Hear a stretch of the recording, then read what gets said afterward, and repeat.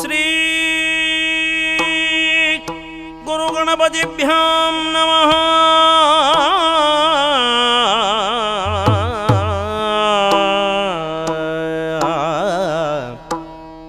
ಗಜಮುಖನ ನಿನ್ನ ಪಾದವ ನೆನೆವೆ, ನಿಜವಾಗಿ ಕರುಣಿಸು ವರಗಳ ಪ್ರಭುವೆ. ಮೂಷಿಕ ವಾಹನ ಮೋದಕ ಹಸ್ತ ಪಾಶಾಂಕುಶಧರ ಪರಮ ಪವಿತ್ರ ದೇವ ದೇವನ ದೇವ ದೇವನಲ್ಲವೋ ಓ ದೇವ ದೇವರ ದೇವನಲ್ಲವೋ ಆ ದೇವ ದೇವರ ದೇವ ದೇವನಲ್ಲವೋ ಓ ದೇವ ದೇವರ ಓ ದೇವ ದೇವರ ದೇವನಲ್ಲವೋ.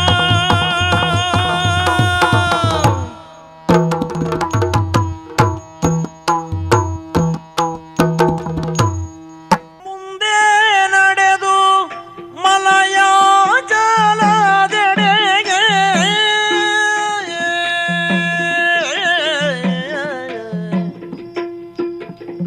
ಮುಂದೆ ನಡೆದು ಮಲಯ ಜಲದೆಡೆಗಾಗಿ ಬಂದರು ಕಪಿವರರು. ಮಲಯ ಜಲದೆಡೆಗಾಗಿ ಬಂದರು ಕಪಿವರರು.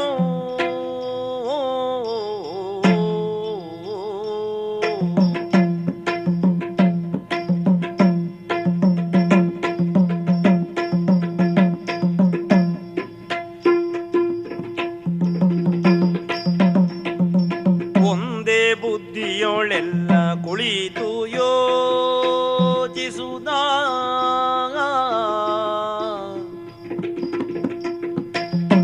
ಒಂದೇ ಬುದ್ಧಿಯೊಳೆಲ್ಲ ಕುಳಿತು ಯೋಚಿಸಿದರು ಮುಂದೇನು ಗತಿಯೇನು ತಾ.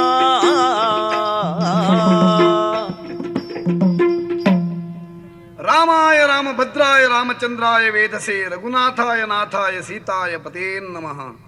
ಆಂಜನೇಯ, ಜಾಂಬವರೇ, ಅಂಗದ ಕುಮಾರ, ಹಿರಿಯರೇ, ಶ್ರೀರಾಮನ ಸೇವೆ ಮಾಡುವಂತಹ ಸೌಭಾಗ್ಯವನ್ನು ನಮಗೆ ಅನುಗ್ರಹಿಸುವುದನ್ನಾದರೆ ಆಂಜನೇಯನೇ ಪಂಪಾ ಸರೋವರದ ತಡಿಯಲ್ಲಿ ಕಂಡು ಬಂದಿರುವಂತಹ ವಟುರೂಪಿ ರಾಮಲಕ್ಷ್ಮಣನ ಕರೆತಂದು ಸುಗ್ರೀವನ ಸಖ್ಯವನ್ನ ಮಾಡಿಸಿದ. ಹೌದು, ವಾಲಿ ನಿಗ್ರಹಣ ಅವನಿಗೆ ಮೋಕ್ಷವನ್ನು ಕರುಣಿಸಿದಂತಹ ಶ್ರೀರಾಮಚಂದ್ರನ ಸೇವಾ ಭಾಗ್ಯ ಮಳೆಗಾಲ 4 ತಿಂಗಳು ಕಳೆದ ಮೇಲೆ ನಮಗೆ ಅನುಗ್ರಹಿಸಿದ.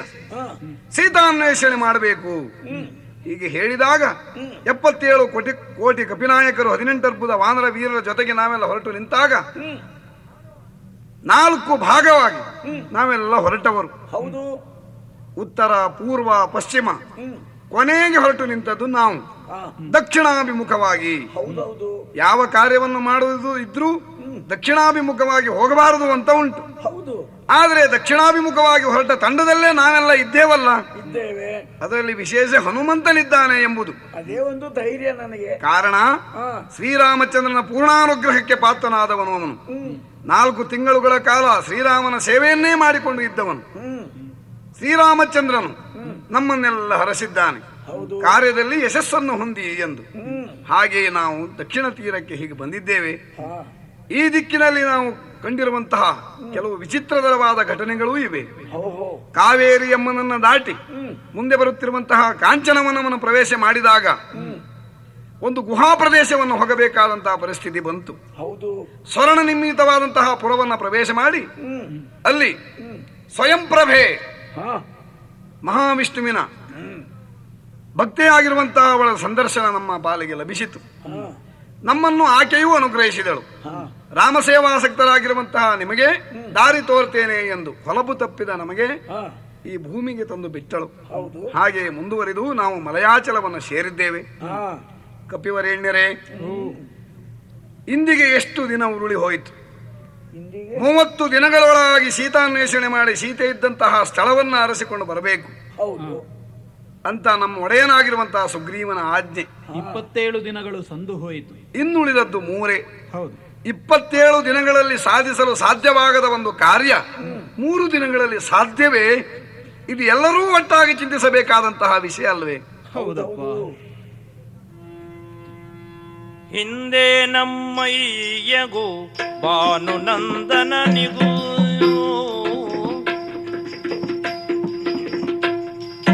ಹಿಂದೆ ನಮ್ಮಯ್ಯಗೂ ಭಾನು ನಂದನನಿಗೂ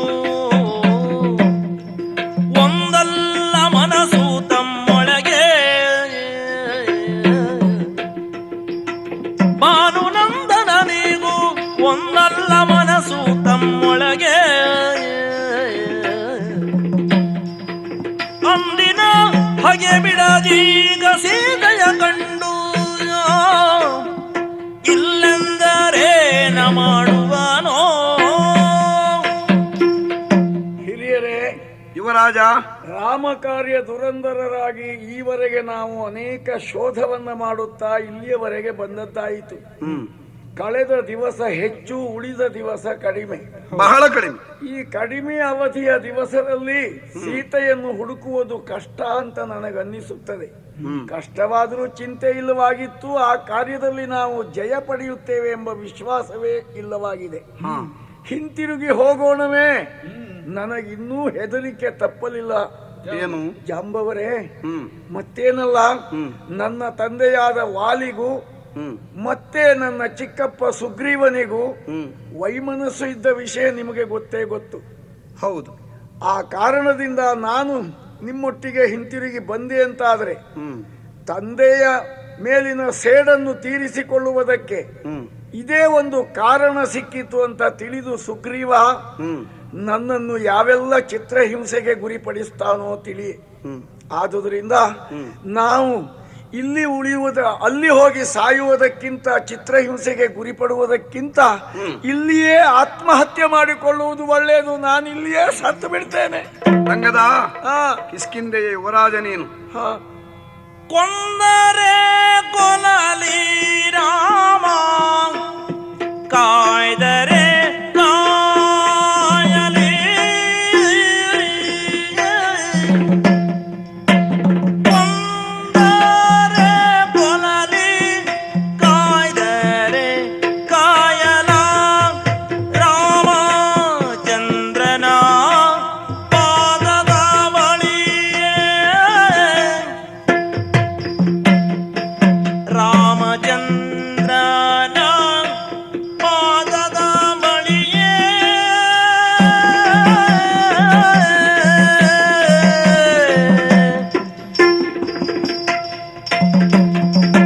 ಹಿಂದೆ ಜಟಾಯು ಪ್ರಾಣವ ಬಿಟ್ಟು, ಹಿಂದೆ ಜಟಾಯು ಪ್ರಾಣವ ಬಿಟ್ಟು ಸುರಬನ ಮಂದಿರವನು ಸೇರ್ದುದರಿಯ.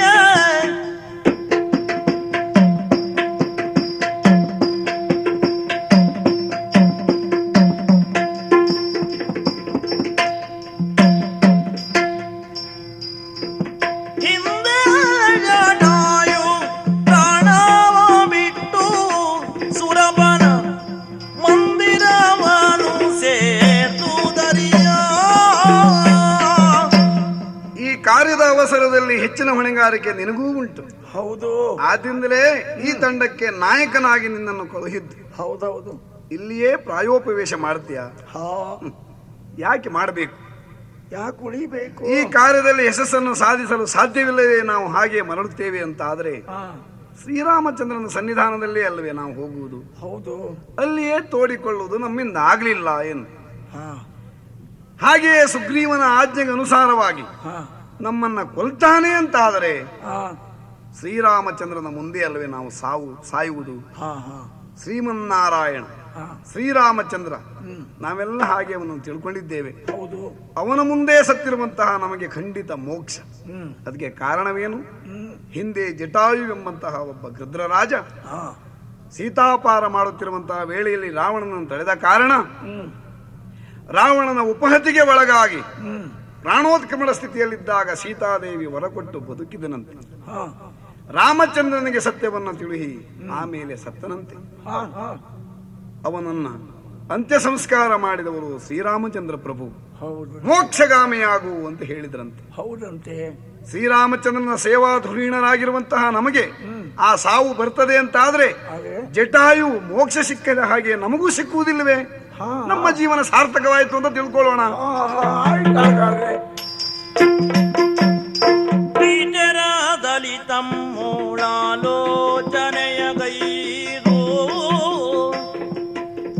ಈಟರ ದಲಿತಂ ಮೂಳಾಲೋಚನೆಯ ಗೈದು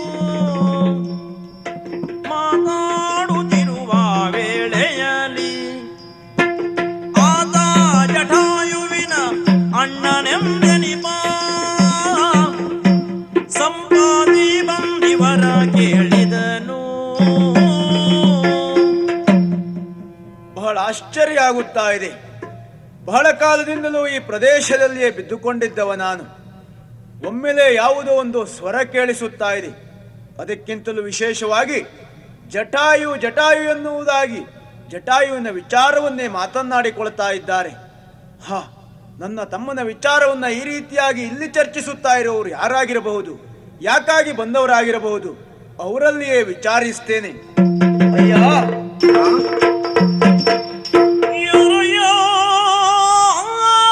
ನೀವು ಯಾರಯ್ಯ?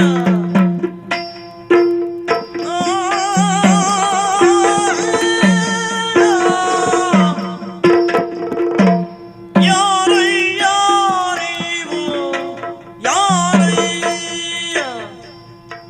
ನೀವು ಯಾರಯ್ಯ? ಯಾರಯ್ಯ ನೀವು ಎಲ್ಲ ಒಂದಾಗಿ? ಯಾರಯ್ಯ ನೀವು ಎಲ್ಲ ಒಂದಾಗಿ? ಘೋರ ಕಾನನದಲ್ಲಿ ಸುಮ್ಮನೆ ಕುಳಿತಿದ್ದೀರಿ. ಘೋರ ಕಾನನದಲ್ಲಿ ಸುಮ್ಮನೆ ಕುಳಿತಿರ್ತೀರಿ. ಯಾರಯ್ಯ? ಯಾರಯ್ಯ ನೀವು ಯಾರಯ್ಯ?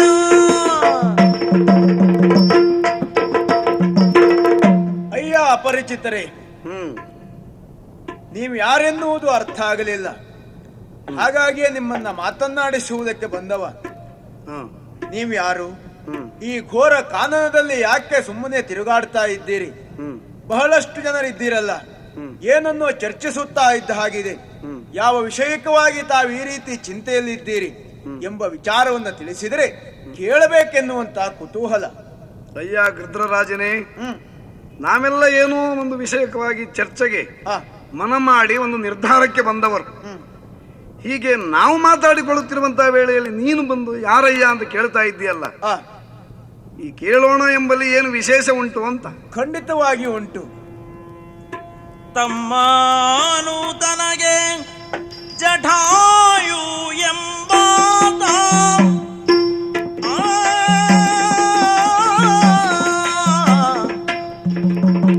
ತಮ್ಮನು ಎನಗೆ ಜಟಾಯು ಎಂಬಾತ ನಿರ್ಮಲದಲ್ಲಿ ಸತ್ತ ಎಂದೆಂಬ ಮಾದ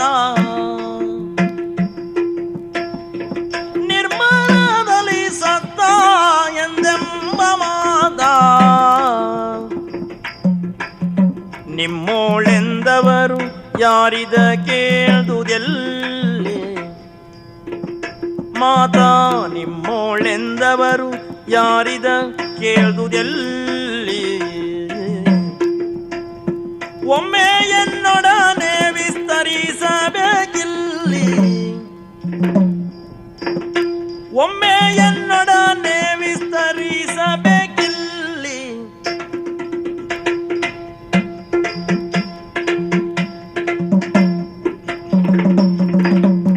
ನಿಮ್ಮೋಳೆಂದವರು ಯಾರಿದ ಕೇಳುವುದೆಲ್ಲಿ ಒಮ್ಮೆ ಎನ್ನೊಡನೆ ವಿಸ್ತರಿಸಬೇಕಿಲ್ಲಿ ಯಾರಯ್ಯ ನೀವು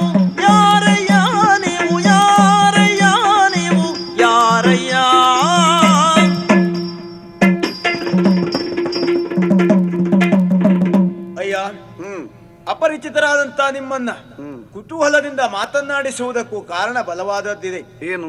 ಜಟಾಯುವಿನ ವಿಚಾರವನ್ನ ತಾವು ಚರ್ಚಿಸುತ್ತಾ ಇದ್ದೀರಿ. ಹೌದು. ಜಟಾಯು ಎನ್ನುವಂತಹ ಶಬ್ದವನ್ನ ಕೇಳಿದಾಗ ನನ್ನ ಕುತೂಹಲ ಇಮ್ಮಡಿಯಾಯಿತು. ಯಾಕೆ? ಅದಕ್ಕೆ ಕಾರಣ ಏನು? ಜಟಾಯು ಅನ್ಯನಲ್ಲ, ಆತ ನನ್ನ ತಮ್ಮ. ಹ ಜಟಾಯುವಿಗಿಂತಲೂ ಹಿರಿಯನಾದಂತ ನನ್ನ ಹೆಸರು ಸಂಪಾತಿ ಎನ್ನುವುದು. ಸೂರ್ಯನ ಸಾರಥಿಯಾದಂತ ಅರುಣನ ಮಕ್ಕಳು ನಾವು. ಹಿಂದೊಂದು ದಿವಸ ಸ್ಪರ್ಧೆಗಾಗಿ ಹಾರಾಡುತ್ತಾ ಆಕಾಶದತ್ತ ನಾವು ನೆಗೆದೆವು. ಹಾಗೆ ನನ್ನ ತಮ್ಮನಿಗೇನು ಅಪಾಯವಾಗಬಾರದು ಎಂಬ ಉದ್ದೇಶದಿಂದಾಗಿ ನಾನು ಮೇಲ್ಗಡೆಯಿಂದ ಹಾರುತ್ತಾ ಇದ್ದೆ. ಆ ಸಂದರ್ಭದಲ್ಲಿ ಸೂರ್ಯನ ಪ್ರಖರವಾದಂತಹ ಕಿರಣಗಳಿಂದ ನನ್ನ ರೆಕ್ಕೆಗಳೆಲ್ಲವೂ ಕರಟಿ ಹೋದವು. ಆ ಸಂದರ್ಭದಿಂದ ನಾನಿಲ್ಲಿ ಬಿದ್ದುಕೊಂಡಿದ್ದವ. ನನ್ನ ತಮ್ಮ ಸತ್ತ ಎನ್ನುವಂತ ವಿಚಾರವನ್ನ ಕೇಳಿದಾಗ ದುಃಖ ಆಗ್ತಾ ಇದೆ. ನನ್ನ ತಮ್ಮನಿಗೆ ಏನಾಯಿತು, ಹೇಗೆ ಸತ್ತ, ನೀವಿಲ್ಲಿಗೆ ಯಾಕೆ ಬಂದಿದ್ದೀರಿ, ನೀವು ಎಲ್ಲಿ ನೋಡಿದ್ದು ನನ್ನ ತಮ್ಮನನ್ನೆನ್ನುವ ವಿಚಾರ ತಿಳಿಸ್ತೀರಾ? ಜಟಾಯುವಿನ ಹಿರಿಯನೇ ನೀನು. ನಿಜ. ಆ ಕಥೆಯನ್ನು ನಿನಗೆ ಹೇಳಲೇಬೇಕಾಗಿದೆ. ಖಂಡಿತ ಕೇಳು. ವಸುಧೇ ಉತ್ತಮವಾದ ಯೋಧ್ಯ ಪಟ್ಟಣದಿ ವಸುಧೇ ಉತ್ತಮವಾದ ಯೋಧ್ಯ ಪಟ್ಟಣದಿ ದಶರಥಾಂದ್ರಪಾನೆಂಬ ಧರಣಿ ಪಾಲಕಗೆ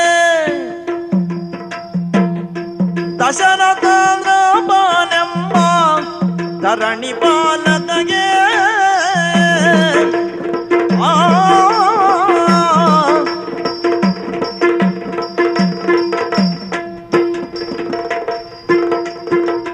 ಕುಸುಮ ಗಂಧಿಯರು ಮೂವರು ಹೆಂಡಿರವಗೆ ಕುಸುಮ ಗಂಧಿಯರು ಮೂವರು ಹೆಂಡಿರವಗೆ ಅಸಮ ಸಾಹಸರು ನಾಲ್ವರು ಮಕ್ಕಳವಗೆ ಅಸಮ ಸಾಹಸರು ನಾಲ್ವರು ಮಕ್ಕಳವಗೆ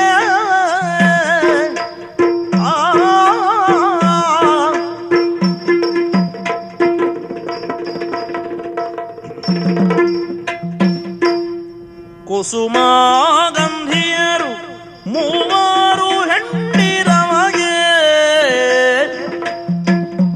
ಅಸಮ ಸಾಹಸರು ನಾಲ್ವರು ಮಕ್ಕಳವಗೆ. ಅಯ್ಯ ಸಂಪಾತಿ, ಸೂರ್ಯವಂಶೀಯನಾಗಿರುವಂತಹ ದಶರಥ ಸಾರ್ವಭೌಮ ಕೌಸಲ್ಯ, ಸುಮಿತ್ರ, ಕೈಕೇಯಿ ಎಂಬಂತಹ ಮೂವರು ಹೆಂಡಿರನ್ನು ಹೊಂದಿದ್ದ. ಮಕ್ಕಳಿಲ್ಲದೆ ವ್ಯತಿಸಿ ಪುತ್ರಕಾಮೇಷ್ಟಿಯನ್ನು ಮಾಡಿ ನಾಲ್ವರು ಮಕ್ಕಳನ್ನ ಮೂವರು ಹೆಂಡನರಲ್ಲಿ ಪಡ್ಕೊಂಡಿದ್ದ. ರಾಮ, ಲಕ್ಷ್ಮಣ, ಭರತ, ಶತ್ರುಘ್ನ ಎಂದು. ಹಿರಿಯನೇ ಶ್ರೀರಾಮಚಂದ್ರ ಪಿತೃವಾಕ್ಯ ಪರಿಪಾಲಕನಾಗಿ 14 ಸಂವತ್ಸರಗಳವರೆಗೆ ವನವಾಸದ ದೀಕ್ಷೆಯನ್ನು ಕೈಗೊಂಡು ಮಡದಿಯಾದ ಜಾನಕಿ ದೇವಿಯ ಜೊತೆಗೆ ತಮ್ಮನಾದ ಲಕ್ಷ್ಮಣನನ್ನು ಹೊಂದಿಕೊಂಡು ಪಂಚವಟೀಯ ಕ್ಷೇತ್ರದಲ್ಲಿ ಬೀಡು ಬಿಟ್ಟಿದ್ದ. ಅದೇ ಕಾಲವನ್ನ ಎಣಿಸಿದಂತಹ ದುರುಡನಾದ ದಶಕಂಧರ ಸೀತಾಮಾತೆಯನ್ನ ಅಪಹರಿಸಿದ. ರಾಮ ಲಕ್ಷ್ಮಣರು ಇಲ್ಲದ ವೇಳೆಯಲ್ಲಿ ಸೀತೆಯನ್ನು ಅಪಹರಿಸಿದಂತಹ ದುರುಳನನ್ನ ನಿನ್ನ ತಮ್ಮನಾಗಿರುವಂತಹ ಜಟಾಯು ಹೋಗಿ ತಡೆದ. ಖಾಡಾಖಾಡಿಯಾಗಿ ಯುದ್ಧವೇ ಸಾಗಿತ್ತು. ಮೋಸದಿಂದ ಆತನ ಉಪಗೆ ಒಳಗ ಮಾಡಿದ. ಬಿದ್ದಿರುವಂತಹ ಜಟಾಯುವನ್ನು ಸೀತಾಮಾತೆ ಕಂಡು ವರವನ್ನ ಕೊಟ್ಟಳು. ಸತ್ಯವನ್ನ ರಾಮಚಂದ್ರನಿಗೆ ಬಿತ್ತರಿಸಿ ಆಮೇಲೆ ನಿನ್ನ ಪ್ರಾಣ ಹೋಗಲಿ ಎಂದು ಶ್ರೀರಾಮಚಂದ್ರನ ದರ್ಶನವಾಯಿತು.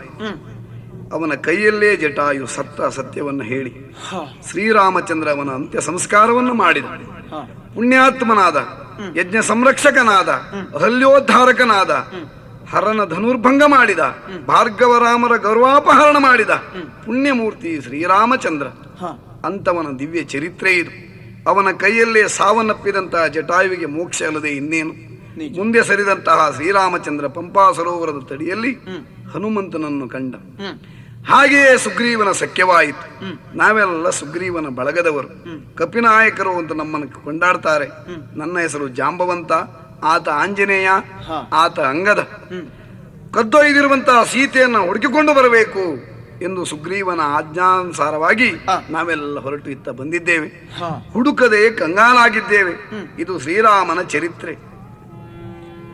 ಶ್ರೀರಾಮ ಚಾರಿತ್ರ ಕೇಳ್ದೋ ಹಿಂದೆ ರವಿ ಕಿರಣ ದುರಿಯದಲೆ ಬೆಂದು ಹೋದ ಕರಿ ಮೂಡಲು. ಅಯ್ಯ ಸಂಪಾತಿ, ನಿಮ್ಮ ಮಾತನ್ನು ಕೇಳ್ತಾ ಇದ್ದ ಹಾಗೆ ಒಂದು ಕಡೆಯಲ್ಲಿ ತಮ್ಮ ಸತ್ತ ಎನ್ನುವಂತಹ ದುಃಖ ಆದರೂ ಮತ್ತೊಂದು ಕಡೆಯಿಂದ ಸಂತೋಷ ಆಗ್ತಾ ಇದೆ. ಪವಿತ್ರವಾದಂತಹ ಶ್ರೀರಾಮ ಚರಿತ್ರೆಯನ್ನ ಕೇಳುತ್ತಾ ಇದ್ದ ಹಾಗೆ ಆ ದಿವಸ ನಾನು ಕಳೆದುಕೊಂಡಿರುವಂತಹ ಕರಟಿ ಹೋದಂತಹ ನನ್ನ ರೆಕ್ಕೆಗಳೆಲ್ಲವೂ ಮತ್ತೆ ಮೂಡಿ ಬರ್ತಾ ಇದೆ. ತಾವು ಇಂಥ ಒಂದು ಘನಕಾರ್ಯವನ್ನ ನಿಯೋಜಿಸಿ ಬಂದವರು ಅಂತಾದ ಮೇಲೆ ನಿಮಗೆ ಸಹಾಯವನ್ನು ಮಾಡಲೇಬೇಕಾದ್ದು ನನ್ನ ಕರ್ತವ್ಯ ಅಂತ ಭಾವಿಸ್ತಾ ಇದ್ದೇನೆ. ಆದ್ದರಿಂದ ತಾವು ಹೋಗಬೇಕಾದದ್ದು ಲಂಕಾದ್ವೀಪಕ್ಕೆ. ನಿಮ್ಮಿಂದ ಸಾಧ್ಯ ಇಲ್ಲ ಎನ್ನುವುದಾಗಿ ಯೋಚಿಸಬೇಕಾದಂತ ಅಗತ್ಯ ಇಲ್ಲ. ಹೇಗೂ ಬಲಿಷ್ಠನಾಗಿದ್ದೇನೆ ನಾನು. ನಾನೇ ನಿಮ್ಮನ್ನ ಎತ್ತುಕೊಂಡು ಅಲ್ಲಿ ಹೋಗ್ತೇನೆ. ಬನ್ನಿ, ಹೀಗೆ ಬನ್ನಿ. ಬೆರಳ ಸನ್ನೆಯಲ್ಲಿ ತೋರಿದನು ಲಂಕಾದ್ವೀಪ ಪುರವಿದೆ ಎಂದು ತೆರಳಿದರು ಸಂಪಾತಿಯು.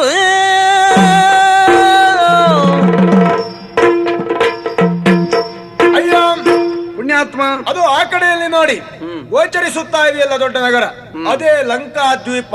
ಇನ್ನು ಮುಂದೆ ನೀವು ಹೋಗಿ ಸೇರಬೇಕಾದಂತ ಸ್ಥಳ ಅದು. ವಾನರ ವೀರರೇ, ನೋಡಿದ್ರ ಕಂಡಿರೇ ನೀವು ಕಂಡಿರೇ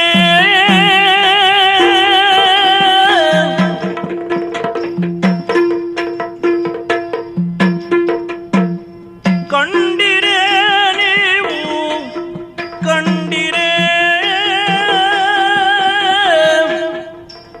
ಕಂಡಿರೇ ಸಮುದ್ರ ರಾಜ ಕೆಂಡದಂತು ಬಳಿಸುವುದನು.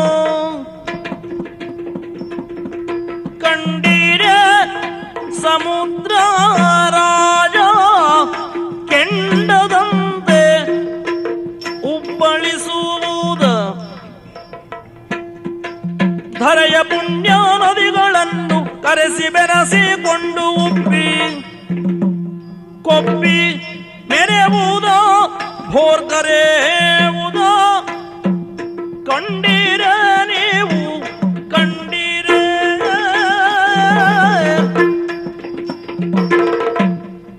ವಾನರ ವೀರರೇ, ಜಾಂಬವರೇ, ಕಿಷ್ಕಿಂಧೆಯಲ್ಲೇ ಕಾಲ ಕಳೆಯುತ್ತಿರುವಂತಹ ನಾವು ಇಂತಹ ಘೋರತರವಾದ ಒಂದು ದೃಶ್ಯವನ್ನ ಈವರೆಗೆ ಕಂಡುದಿಲ್ಲ. ಇಲ್ಲ. ಸಂಪಾತಿ ಒಂದು ಉಪಕಾರ ಮಾಡಿದ. ಹೌದು ಹೌದು ತೆಂಕಣ ಭಾಗದ ಈ ಸಮುದ್ರ ತೀರಕ್ಕೆ ನಮ್ಮನ್ನು ತಂದು ಬಿಟ್ಟಿದ್ದಾನೆ. ಹೌದು. ಆಶ್ಚರ್ಯವೇ ಆಗ್ತಾ ಇದೆ. ಆಶ್ಚರ್ಯ. ಸಮುದ್ರವನ್ನ ರತ್ನಾಕರ ಅಂತ ವರ್ಣಿಸಿದ್ದಾರೆ. ಹಾ ಹಾ ಅಮೂಲ್ಯವಾದಂತಹ ರತ್ನಗಳಿಗೆ ಆಕರವಾಗಿ ಇದೆ. ಅಷ್ಟು ಮಾತ್ರವೇ ಅಲ್ಲ, ಧರೆಯಲ್ಲಿ ಎಲ್ಲೆಲ್ಲಿಯೋ ಪರ್ವತದ ಮೇಲೆ ಹುಟ್ಟಿರುವಂತಹ ತೊರೆಯೊಂದು ನದಿಯಾಗಿ ನದವಾಗಿ ಸೇರಿ ಎಲ್ಲಾ ನೀರು ಸಂಗ್ರಹವಾಗಿ ಈ ಸಮುದ್ರ ರಾಜ ಎಂಬಂತೆ ತಾನು ಉಬ್ಬಿ ತನ್ನದ್ದಾಗಿರುವಂತಹ ಭಯಾನಕತೆಯನ್ನು ನಮಗೆಲ್ಲ ತೋರಿಸ್ತಾ ಇದ್ದಾನೆ. ಹೌದಪ್ಪ ಹೌದು. ಯಾವುದಕ್ಕೂ ತಾನು ಈಡಲ್ಲ, ನನ್ನನ್ನು ಮೀರುವವರು ಯಾರೂ ಇಲ್ಲ, ಇಲ್ಲ. ಈ ಪೃಥ್ವಿಯನ್ನೇ ನುಂಗುತ್ತೇನೆ ಎಂದು ಅಬ್ಬರದ ಬೊಬ್ಬುಳಿಯನ್ನೇ ಉಂಟು ಮಾಡ್ತಾ ಇದ್ದಾನೆ. ಜಂಜಾವಾತಕ್ಕೆ ಸಿಲುಕಿರುವಂತಹ ಈ ನೀರು ಪರ್ವತೋಪಮವಾಗಿ ಹಾರಿ ಬರ್ತಾ ಇದೆ. ಅಯ್ಯೋ, ಕಂಡರೆ ಭೀಕರವಾದಂತಹ ಈ ಸಮುದ್ರ ನಡುಕ ಹುಟ್ಟಿಸುತ್ತಿದೆ. ಅಳತೆ ಅವ ಹೇಳಿದ್ದಾನೆ, ಯಾರು ಸಂಪಾತಿ, 100 ಯೋಜನ ವಿಸ್ತೀರ್ಣದ ಈ ಸಮುದ್ರ ಎಂದು. ಆಚೆಗಿದೆ ಲಂಕಾ ನಗರ ಅಂತ ಹೇಳಿದ್ದಾನೆ. ಹಾ ಹಾ ಈಗ ನಾವು ಹೋಗಬೇಕಲ್ಲ ಆಚೆಗೆ. ಹೋಗಬೇಕು. ಆದ್ರಿಂದ ಆಚೆಗೆ ಹೋಗುವವರು ಯಾರು?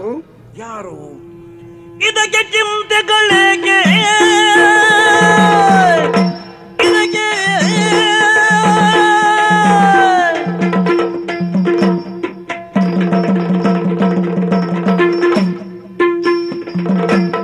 ಇದಕ್ಕೆ ಚಿಂತೆಗಳೇಕೆ ನಿಮಗೆ ಪದುಮನಾಭನ ಕರುಣದಿಂದ?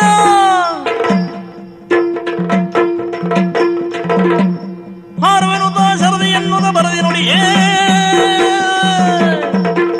ಜಾಂಬವರೇ, ಅಂಗದ ಕುಮಾರ, ಸರಿಯಾದ ಮಾರ್ಗದರ್ಶನವನ್ನ ಹೊಂದಿದ್ದೇವೆ ನಾವು ಸಂಪಾದಿಯಿಂದ. ಈ ಕುರಿತು ತಾವು ಯೋಚಿಸಬೇಕಾದ ಅಗತ್ಯವೇ ಇಲ್ಲ. ಮನಸ್ಸು ಮಾಡಿದರೆ, ನೀವೆಲ್ಲರೂ ಸಮ್ಮತಿಸಿದರೆ ನಾನು 30 ಯೋಜನವನ್ನ ಹಾರಬಲ್ಲೆ. ಅಂಗದ ಕುಮಾರ, ಆ 30ಕ್ಕೆ ಲಂಕಾದೀಪ ಸಿಕ್ಕುವುದಿಲ್ಲ, ಸಿಗುವುದಿಲ್ಲ, 60ಕ್ಕೂ ಸಿಕ್ಕುವುದಿಲ್ಲ. ಸಿಗುವುದಿಲ್ಲ. ನಾನು ಮನಸ್ಸು ಮಾಡಿದ್ರೆ 90 ಹಾರಿ ಏನು, ಮತ್ತೆ 10 ಉಳಿಯಿತಲ್ಲ. 10 ಬಾಕಿ ಆಯ್ತಲ್ಲ ನಮ್ಮ ಮೇಲೆ. 100 ಹಾರಬೇಕು, ಅಲ್ಲಿ ಸೇರಿ ಸೀತೆಯನ್ನು ಹುಡುಕಬೇಕು, ಹುಡುಕಬೇಕು, ಆಮೇಲೆ ಮರಳಿ ಈಚೆಗೆ ಬರಬೇಕು. ಈಚೆಗೆ ಬರಬೇಕು. ಹಾರುವುದಕ್ಕೆ ಮಾತ್ರ ನನ್ನಲ್ಲಿ ತ್ರಾಣ ಉಂಟು. ಯುವರಾಜನಾಗಿರುವಂತಹ ನಿನ್ನನ್ನು ಕಳ್ಕೊಳ್ಳಿಕ್ಕೆ ನಾವು ಸಿದ್ಧರಿಲ್ಲ. ಇಲ್ಲ, ಎಲ್ಲರೂ ತಮ್ಮ ಬಾಯಲ್ಲಿ ಹೇಳಿಕೊಳ್ತಾ ಇದ್ದೀರಿ, ಹೌದು. ಇಷ್ಟಿಷ್ಟು ಹಾರ್ತೇವೆ. ಹೌದು, ಇದು ರಾಮಚಂದ್ರನ ಅನುಗ್ರಹ, ಉತ್ಸಾಹ ನಿಮ್ಮಲ್ಲಿ ಉಂಟು. ಉಂಟು. ಆದ್ರೆ ಏನು ಮಾಡೋಣ, ನಿಮ್ಮಲ್ಲಿ ಇದು ಖಂಡಿತ ಸಾಧ್ಯ ಇಲ್ಲ. ಸಾಧ್ಯವಿದ್ದವ ಒಬ್ಬ ಇದ್ದಾನೆ ನಮ್ಮಲ್ಲಿ. ನಮ್ಮಲ್ಲಿ ಯಾರಪ್ಪ ಅಂತವರು? ಅವ ಮಾತಾಡದೆ ಸುಮ್ಮನೆ ಕುಳಿತಿದ್ದಾನೆ. ಏನಾದ್ರು ಯಾರು ಮಾತಾಡ್ತಾರೋ ಅವರು ಕೆಲಸ ಮಾಡುವವರಲ್ಲ, ಅಲ್ಲ, ಮಾತಾಡದೆ ಸುಮ್ಮನೆ ಉಳಿತಾರೋ ಅವರು ಕೆಲಸ ಮಾಡುವವರು ಅಂತ ಅರ್ಥ. ಅವರು ಸುಮ್ಮನೆ ಉಳಿದ ರೀತಿ ನೋಡಿದ್ರೆ ಏನಾದ್ರೂ ಮಾಡಿದ್ರೆ ಅವರೇ ಮಾಡಬೇಕು ಅಂತ. ಹೌದಲ್ಲ? ಹೌದು. ಹಾಗಾಗಿ ನಾವೆಲ್ಲ ಒಟ್ಟಾಗಿ ಅವನ ಸನಿಹವನ್ನ ಸೇರೋಣ, ಅವನನ್ನೇ ಕೇಳೋಣ. ಹನುಮ,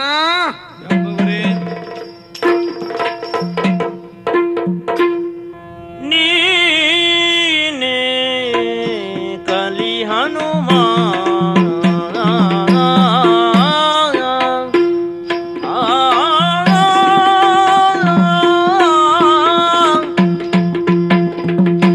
ನೀನೇ ಕಲಿ ಹನುಮ ನಮ್ಮವರೋಳು, ನೀನೇ ಕಲಿ ಹನುಮ ನಮ್ಮವರೋಳು, ನೀನೇ ಕಲಿ ಹನುಮ, ನೀನೇ ಕಲಿಯು ನಮ್ಮ ವಾನರರೊಳಗೆಲ್ಲ, ನೀನೇ ಕಲಿಯು ನಮ್ಮ ವಾನರರೊಳಗೆಲ್ಲ, ಆನಂದದ್ಯು ಸಾಗರವಾದಾಡುವುದಕ್ಕೆ, ಆನಂದದಿಂದ ಸಾಗರವ ದಾಟುವುದಕ್ಕೆ, ನೀನೇ ಕಲಿ ಹನುಮ, ನೀನೇ ಕಲಿಯು ನಮ್ಮ ವಾನರರೊಳಗೆಲ್ಲ, ಆನಂದದ್ಯು ಸಾಗರವ ದಾಟುವುದಕ್ಕೆ, ನೀನೇ ನೀನೇ ನೀನೇ ಕಲಿ ಹನುಮ.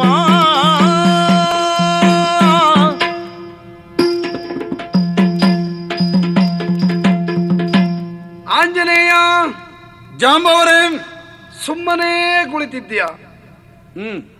ಸಾಗರವನ್ನ ದಾಟುವುದು ಹೇಗೆ ಎಂಬಂತಹ ಸಮಸ್ಯೆ ವಾನರ ವೀರರಲ್ಲಿ ಮೂಡಿದೆ. ಹೌದು, ಅಷ್ಟು ಹಾರ್ತೇನೆ ಇಷ್ಟು ಹಾರ್ತೇನೆ ಎಂದು ಉತ್ಸಾಹದಿಂದ ಹೇಳಿಕೊಳ್ತಾರೆ ವಿನಃ ಆ ತಡಿಯನ್ನ ಮುಟ್ಟಿ ಸೀತಾನ್ವೇಷಣೆ ಮಾಡುವಂತಹ ಯೋಗ್ಯತಾವಂತರು ನಮ್ಮೀ ವಾನರ ಘಟಕದಲ್ಲಿ ಯಾರೂ ಇಲ್ಲ ಎಂಬುದು ಅರ್ಥ ಮಾಡಿಕೊಂಡಿದ್ದೇನೆ. ನಿನ್ನ ಬಳಿಗೆ ಸಾರಿದ್ದೇನಪ್ಪ, ನೀನೇ ಕಲಿ. ಏನನ್ನು ಕಲೀಲಿಕ್ಕೆ ಏನುಂಟು, ನೀನು ಕಲಿತವರಲ್ಲಿ ನೀನು ಕಲಿ, ವೀರ ಅಂತ ಅರ್ಥ. ಆ ಶಬ್ದವನ್ನು ಹಾಗೆ ಪ್ರಯೋಗಿಸಿದ್ದೇನೆ. ಕಾರಣ, ನೀನು ಬ್ರಹ್ಮನಿಂದ, ದೇವೇಂದ್ರನಿಂದ, ಸೂರ್ಯನಿಂದ ಅನುಗ್ರಹೀತನಾದವನು ಎಂಬ ಕಥೆಯನ್ನು ನಾವು ಬಲ್ಲೆವು. ಸಾಮಾನ್ಯನಲ್ಲ ನೀನು, ವ್ಯಾಕರಣ ಪಂಡಿತ. ಸೂರ್ಯನ ಗತಿಯನ್ನೇ ನೋಡುತ್ತಾ ನೋಡುತ್ತಾ ಅವನ ಶಿಷ್ಯತ್ವವನ್ನು ಪ್ರತಿಪಾದಿಸಿ ಈ ಜಗತ್ತಿನ ಆಗು ಹೋಗುಗಳ ನಿರ್ಣಯನಾದಂತಹ ಭಗವಂತನನ್ನ ಸಾಕ್ಷಾತ್ಕರಿಸಿಕೊಳ್ಳುವಲ್ಲಿ ನಿನ್ನಷ್ಟು ಜ್ಞಾನವನ್ನು ಹೊಂದಿದವರು ಈ ಪ್ರಪಂಚದಲ್ಲಿ ಮತ್ಯಾರೂ ಇಲ್ಲ ಎಂದು. ಏನು ಮಾಡೋಣ ಹೇಳು? ನಿನ್ನಮ್ಮ ನಿನ್ನನ್ನು ತೊಡೆಯಲ್ಲಿ ಮಲಗಿಸಿಕೊಂಡು ಕಣ್ಣೀರಿಡುವಂತಹ ಸಂದರ್ಭದಲ್ಲಿ ಋಷಿಗಳೇ ಹೇಳಿದಂತಹ ಮಾತಂತೆ ಕಲಿತದ್ದೆಲ್ಲ ಆತನಿಗೆ ಮರವೆಯಾಗಲಿ, ಇನ್ನೊಬ್ಬರು ಹೇಳಿದಾಗ ಜಾಗೃತವಾಗಲಿ ಎಂದು ಹೇಳುವ ಸಂದರ್ಭ ನನ್ನ ಪಾಲಿಗೆ ಒದಗಿ ಬಂತು. ಯಾರೂ ನಮ್ಮ ಕಪಿಘಟಕದಲ್ಲಿ ದೇವೇಂದ್ರನಿಂದಲೋ ಬ್ರಹ್ಮನಿಂದಲೋ ಸೂರ್ಯನಿಂದಲೋ ಅನುಗ್ರಹಿತರಾದವರಿಲ್ಲ. ಈ ಜ್ಞಾನಿಯಾದವನು ಯಾವಾಗಲೂ ಮೌನಿಯೇ ಆಗಿರುತ್ತಾನೆ ಎಂಬುದಕ್ಕೆ ನೀನೇ ನಿದರ್ಶನ. ಸುಪ್ತವಾಗಿರುವಂತಹ ಶಕ್ತಿಯು ಚೈತನ್ಯವು ನಿನ್ನಲ್ಲಿ ಅಡಗಿದೆ ಎಂಬುದಕ್ಕೆ ಬೇರೆ ನಿದರ್ಶನ ಬೇಡ. ಶ್ರೀರಾಮಚಂದ್ರನು ನಿನ್ನನ್ನು ಸನಿಹ ಕರೆದು ಕಿವಿಯಲ್ಲಿ ಮಾತನ್ನು ಹೇಳಿದ್ದನಂತೆ. ನಾವು ಅದನ್ನು ನೋಡಿದ್ದೇವೆ, ಕೇಳಿಸಿಕೊಂಡದ್ದಿಲ್ಲ. ಸಂಪೂರ್ಣ ಅನುಗ್ರಹ ಶ್ರೀರಾಮಚಂದ್ರನು ನಿನ್ನ ಮೇಲೆ ಉಂಟು ಇರಿಸಿದ್ದಾನೆ ಅಂತ ಆದಮೇಲೆ ಈ ಕಾರ್ಯದಲ್ಲಿ ಯಶಸ್ಸನ್ನು ನೀನೇ ಸಾಧಿಸುತ್ತಿ ಎಂದು ನನ್ನ ಅಂತರ್ಯ ಹೇಳ್ತಾ ಇದೆ. ಸಮುದ್ರೋಲ್ಲಂಘನ ಮಾಡಲು, ಅಲ್ಲಿ ಲಂಕಾ ದ್ವೀಪವನ್ನ ಸೇರಲು, ಅಲ್ಲಿರುವಂತಹ ಮಹಾಬಲಾಢ್ಯರಾಗಿರುವಂತಹ ರಕ್ಕಸ ಸೇನೆಯನ್ನು ನಿರ್ನಾಮ ಮಾಡಲು, ಸೀತಾಮಾತೆಯನ್ನು ಅರಸಲು ನೋಡಿದ್ದೇನೆ ಎಂದು ಧೈರ್ಯವಾಗಿ ಹೇಳುವಂತಹ ಸಾಮರ್ಥ್ಯವಂತ ನೀನೇ ನೀನೇ ನೀನೇ. ನಿನ್ನ ಒಳ ಮನಸ್ಸು ಜಾಗೃತವಾಗಲಿ. ನಿನ್ನಲ್ಲಿ ಸುಪ್ತವಾಗಿರುವಂತಹ ಅಡಗಿರುವಂತಹ ಶಕ್ತಿಗಳೆಲ್ಲ ಚೇತನವನ್ನು ಹೊಂದಲಿ. ಏಳು ಹನುಮ, ಏಳು, ಎದ್ದೇಳು, ಉತ್ತಿಷ್ಟದ ಜಾಗೃತ ಎಂದ ಜಾಂಬವರ ನುಡಿಯ ಕೇಳದು ಬೊಬ್ಬಿರಿಯುವುದ ಜನಂದನೆಗೆ ಕೈ ಮುಗಿಯುತ್ತ ಕ್ಷಣವೇ ತೆರಳಿದ ಮಹೇಂದ್ರ ಪರ್ವತ ಮೇರಿನಾಲ್ ದೆಸೆಯ ನೋಡಿ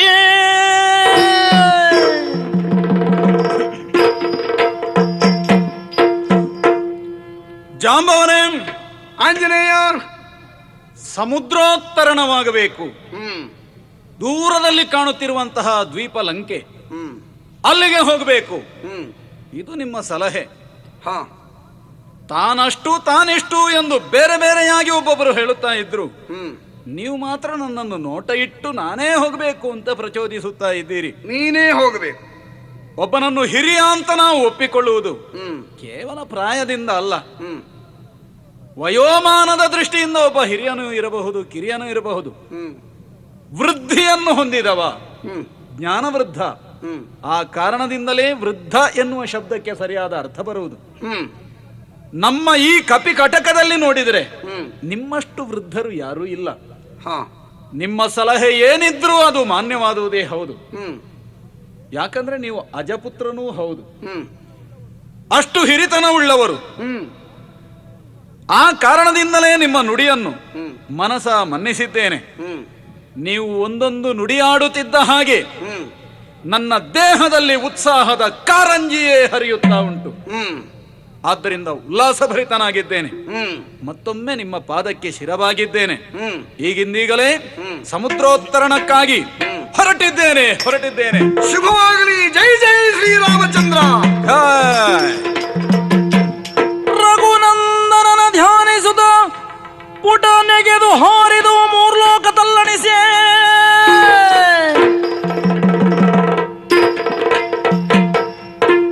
ಹಾರಿದನ್ನು ಲಂಕೆಯನ್ನು ಬಿಟ್ಟು ಹಾರಿದ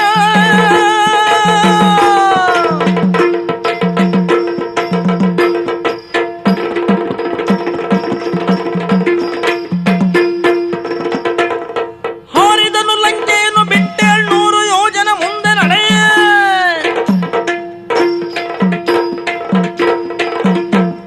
ಸಾರಿದನು ತೃಣಬಿಂದು ಮುನಿಪನ ಶಾಲೆಯೆಡೆಗೆ.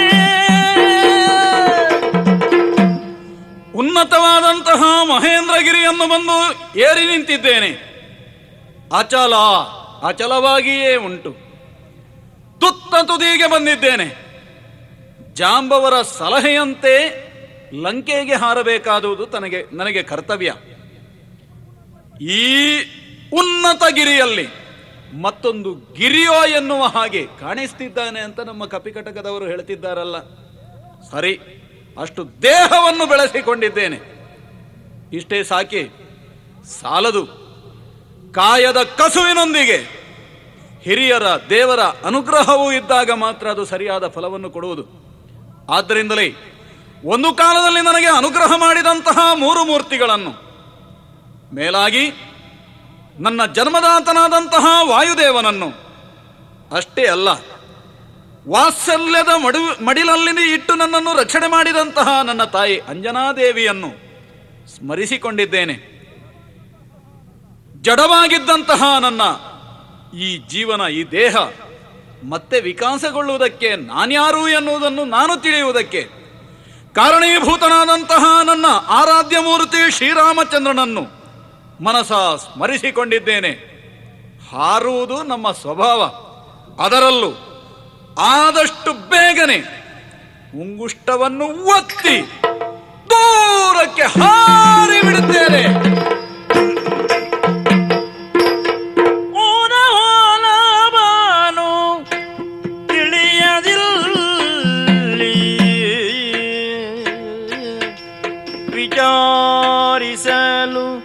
ಬೇಕೇನುತ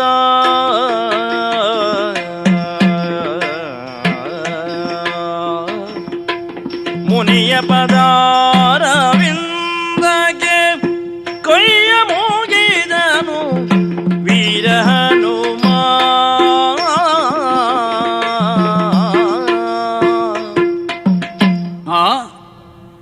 ಯಾವುದೋ ಒಂದು ಪ್ರದೇಶವನ್ನು ನಾನು ಬಂದು ಮುಟ್ಟಿಯಾಗಿದೆ. ಸುತ್ತಲೂ ಈಕ್ಷಿಸಿದರೆ ಇದೊಂದು ಶಾಂತ ವಾತಾವರಣ. ಭೂಮಿದೇವಿಗೆ ವೃಕ್ಷರಾಜನು ಫಲದ ಕಾಣಿಕೆಯನ್ನು ಕೊಡುತ್ತಾನೋ ಎನ್ನುವ ಹಾಗೆ ಫಲಭರಿತವಾದಂತಹ ವೃಕ್ಷಗಳು, ಅವುಗಳ ಶಾಖೆಗಳು ಬಾಗಿರುವುದನ್ನು ಕಂಡ್ರೆ ಅನುಭವವಾಗುತ್ತಾ ಉಂಟು. ಖಗಮೃಗಗಳಲ್ಲಿ ಜಾತಿ ವೈರವನ್ನು ನಾನಿಲ್ಲಿ ಕಾಣುತ್ತಾ ಇಲ್ಲ. ಇಂತಹ ಒಂದು ಶಾಂತ ವಾತಾವರಣ ಋಷ್ಯಾಶ್ರಮ ಇರಬಹುದೇ? ಎಲ್ಲಿ ಬಂದೆ ನಾನು? ತಿಳಿಯಬೇಕಾಯ್ತಲ್ಲ. ಲಂಕೆ ಹೀಗಿರ್ಲಿಕ್ಕೆ ಸಾಧ್ಯ ಇಲ್ಲ. ಹಾಗಿದ್ರೆ ಲಂಕೆ ಎಲ್ಲಿದೆ ಎನ್ನುವುದನ್ನು ತಿಳಿಯುವ ಆತುರ ಆಸಕ್ತಿ ಉಂಟು. ತಿಳಿಸುವವರು ಯಾರಿದ್ದಾರೆ? ಆ ಕಡೆಯಲ್ಲಿ ಒಬ್ಬ ತಾಪಸಿ. ವಿಚಾರಿಸ್ತೇನೆ.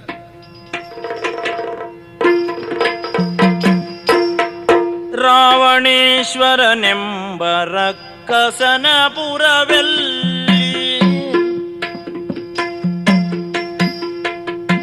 ರಾವಣೇಶ್ವರನೆಂಬ ರಕ್ಕಸನಪುರವೆಲ್ಲಿ, ಯಾವ ದಿಕ್ಕಿನೊಳುಂಟು ಲಂಕಾದಿ ನಗರ,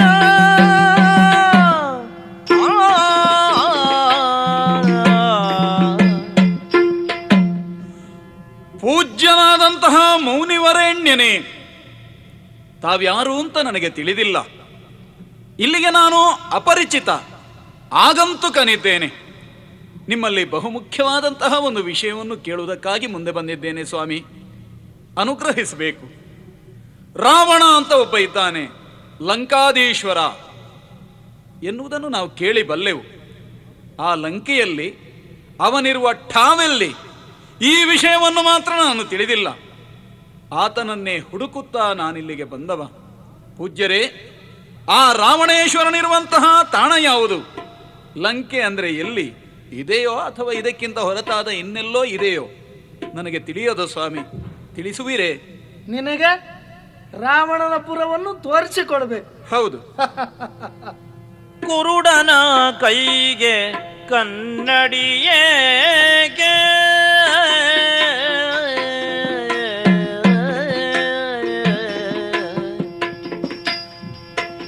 ಕುರುಡನ ಕೈಗೆ ಕನ್ನಡಿಯೇಕೆ, ಬದಿರಗೆ ವರ ಸಂಗೀತಗಳ ಮಾತೇಕೆ,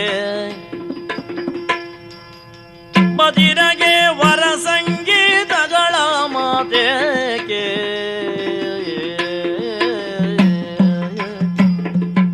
ಎರಡು ಕಾಲಿಲ್ಲದ ಹೆಳವಗೆ ಯಾತ್ರೆಯೇ,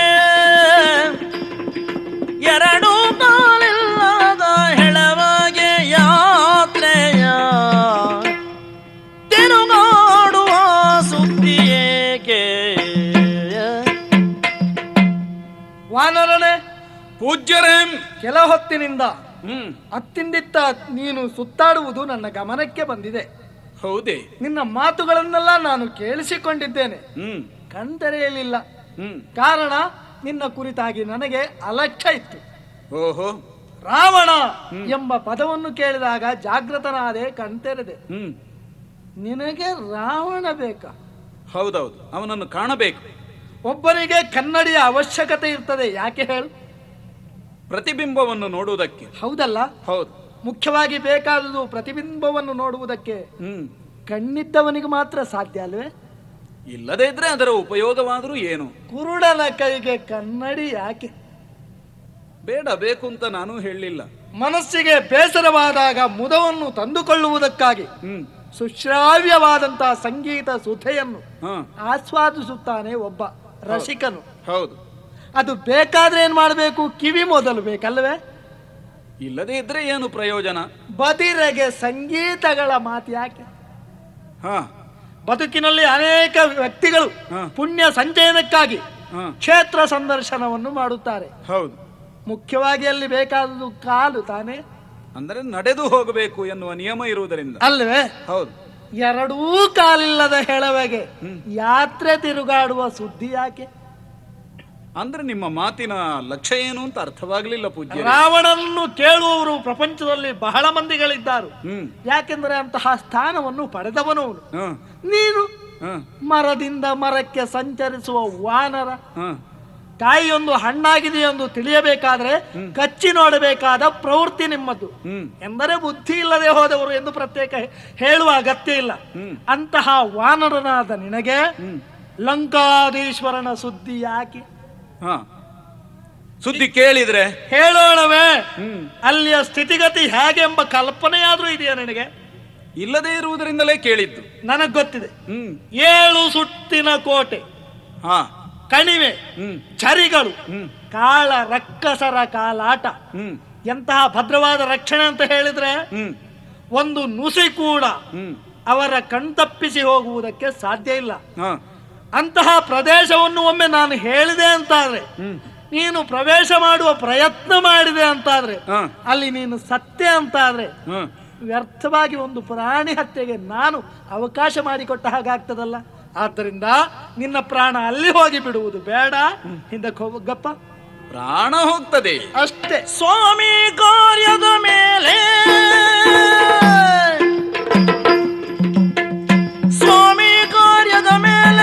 ಸತ್ತರ ಎನಗೀಗ ಕಾಮಿತ ಫಲ ಕೈ ಸೇರುವುದು. ಆ ಮಾತು ನಿಮಗೆ ದಶಕಂಠ ನೀಡುವಂತ ಸೀಮೆಯ ತೋರಿದರೆ ಸಾಕು. ಪೂಜ್ಯರೇ, ವಾನರ, ನಾನೇನೋ ವಿನೋದಕ್ಕಾಗಿ ಆ ಪರಿಚಯವನ್ನು ತಮ್ಮಲ್ಲಿ ಕೇಳಿದ್ದಲ್ಲ. ಮತ್ತೆ ಅಥವಾ ಲಂಕಾ ಎಂಬ ನಗರಿಯ ದರ್ಶನವಷ್ಟೇ ನನ್ನ ಲಕ್ಷ್ಯವೂ ಅಲ್ಲ. ಮತ್ತೇನು? ಅದನ್ನು ಸುವರ್ಣ ಲಂಕೆ ಅಂತ ಕರೆಯುತ್ತಾರೆ ಅಂತ ನಾವು ಹೇಳಿದ್ದು ಕೇಳಿದ್ದು. ಅದೇ ಸತ್ಯವಾದರೂ ಬಂಗಾರವನ್ನು ಕಾಣಬೇಕು ಎನ್ನುವಂತಹ ಆಸೆಯಿಂದಲೂ ಕೇಳಿದ್ದಲ್ಲ. ಸ್ವಾಮಿ ಕಾರ್ಯ ನಿಮಿತ್ತವಾಗಿ ಬಂದವ ನಾನಿದ್ದೇನೆ. ನನ್ನ ಪ್ರಭು ಶ್ರೀರಾಮಚಂದ್ರ. ಓಹೋ, ಬರೇ ರಾಮಚಂದ್ರನಲ್ಲ, ಶ್ರೀರಾಮಚಂದ್ರ. ಆತನ ಬಂಟನಿದ್ದೇನೆ ನಾನು. ಆ ಲಂಕೆಯಲ್ಲಿ ಹೋಗಿ ನಾನು ಮಾಡಬೇಕಾದಂತಹ ಕಾರ್ಯಗಳು ಘನತರವಾದುದು ಇದೆ. ರಾಮನ ಪತ್ನಿಯನ್ನು ರಾವಣ ಅಪಹರಿಸಿದ ನಿಮಿತ್ತ ಆಕೆಯನ್ನು ಹುಡುಕುತ್ತಾ ಬಂದವರು ನಾವು. ಅಲ್ಲಿರಬಹುದೇ, ರಾವಣ ತನ್ನ ತಾಣದಲ್ಲೇ ಇರಿಸಿರಬಹುದೇ ಎಂಬ ಸಂದೇಹ ಇರುವುದರಿಂದ ಆ ಕಡೆಗೆ ಅರಸುತ್ತಾ ಹೊರಟವರು. ಮತ್ತೆ ಸಾವೋ ಬದುಕೋ, ಕಾಳರಕ್ಕಸರ ಭದ್ರ ಕಾವಲು, ಕಟ್ಟೆಚ್ಚರದ ಕಾವಲು, ಏನಿದ್ರೂ ಅದನ್ನು ಭೇದಿಸಿ ಹೋದೇನು ಎನ್ನುವುದರಲ್ಲಿ ನನಗೆ ವಿಶ್ವಾಸ ಉಂಟು. ಸತ್ತರೆ ಅದಲ್ಲ, ಒಂದು ವೇಳೆ ನೀವು ಹೇಳಿದ ಹಾಗೆ ನಾನಲ್ಲಿ ಸತ್ತೆ ಅಂತ ಆದರೂ ಸ್ವಾಮಿ ಕಾರ್ಯ ನಿಮಿತ್ತವಾಗಿ ನನ್ನ ಪ್ರಾಣ ಹೋಯಿತು, ಸ್ವಾಮಿ ಕಾರ್ಯ ದುರಂಧರನಾಗಿಯೇ ಈ ಹನುಮ ಸತ್ತ ಅಂತ ಆಗುವುದಲ್ವೇ? ಅದರಲ್ಲೂ ನನಗೆ ತೃಪ್ತಿ ಇದೆ. ಹಾಗೆ ಅಂತ ಲಂಕೆಗೆ ಹೋಗದೆ ನಿರ್ವಾಹ ಇಲ್ಲ, ಅಪ್ಪಣೆ ಆಗಬೇಕು. ಭಲೆ, ಈಗ ನೀನು ಬರೇ ವಾನರನಲ್ಲ, ಕಪಿವರ. ಕಪಿವರ ವೀರ ಕೇಳೆನ್ನ ಮಾತಾ.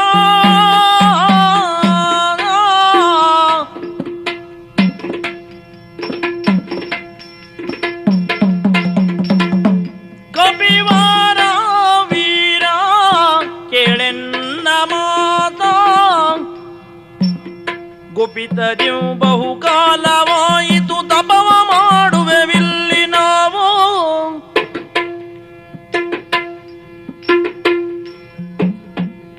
ತಲೆಯಿಂದ ಜಡೆ ಇಳಿದು ಪಾತಾಳಕ್ಕೆ,